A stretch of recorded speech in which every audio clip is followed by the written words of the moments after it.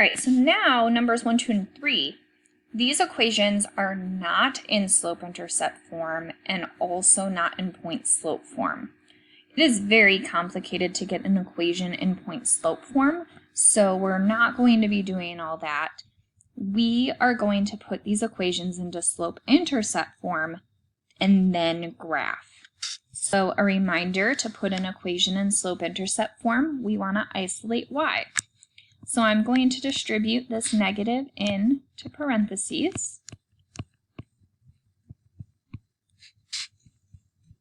And to isolate y in this one, I'm going to add 3x and 4 over to the right. I'm okay with you guys doing that in one step. So now we have a y is equal to a 3x plus a 4. Now that we have our equation in slope-intercept form, you should be able to graph, but I'll remind you how we're going to do this. We start off with our y-intercept and plot that point on the graph.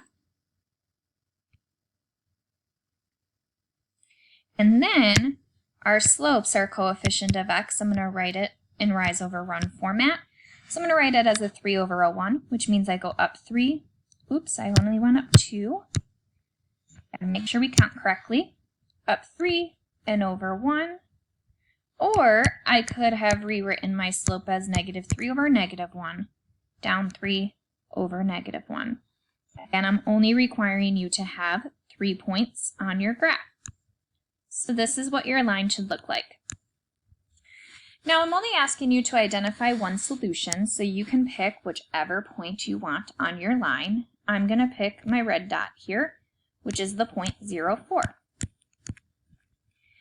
What I was saying in the last video at the very end was that linear equations, remember, have infinitely many solutions because your solutions are every single point on this line. Even all the decimal value points, those are solutions. So, and also since this line goes on forever and ever and ever, that means that there's going to be an infinite amount of points that satisfy this equation, meaning there's an infinite amount of solutions. So keep that in mind. That, you don't have to have the same solution as me because there's actually an infinite amount of possibilities that you could have. All right, number 2, we're going to need to isolate y, getting in slope-intercept form, in order to graph. So I'm going to first start off by subtracting 6x from both sides. And when I do that, I have a 3y is equal to, I'm going to rewrite this as a negative 6x plus a 9. And then now I'm going to divide by 3 on both sides to get y is equal to a negative 2x plus a 3.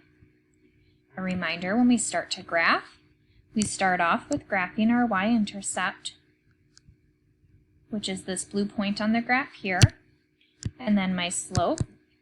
I can either write it as a negative 2 over a 1, which would mean I go down 2 and over 1 to the right, or I can write it as a 2 over a negative 1, which would mean I go up 2 and over negative 1. So this is what your graph would look like. Whatever solution or whatever point is on your line that you want to write down as a solution, you can. I'm going to choose the point 1, 1. And then number 3, we are going to start off by adding 2x to both sides.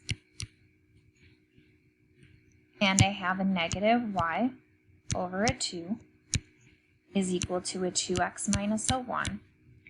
A reminder that this negative can be written anywhere. It can be written on the y. It can be written attached to the 2.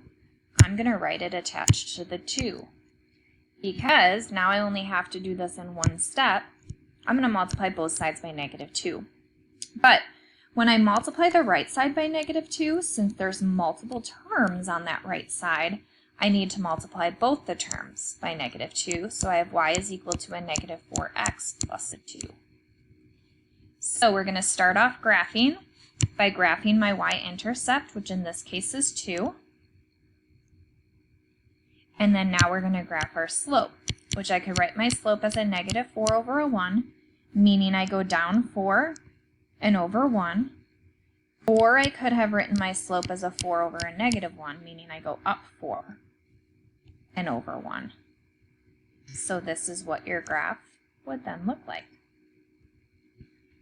And whatever point you decide to write down, as long as it's a point on your line, that would be a solution. I'm going to choose the point 1, negative 2.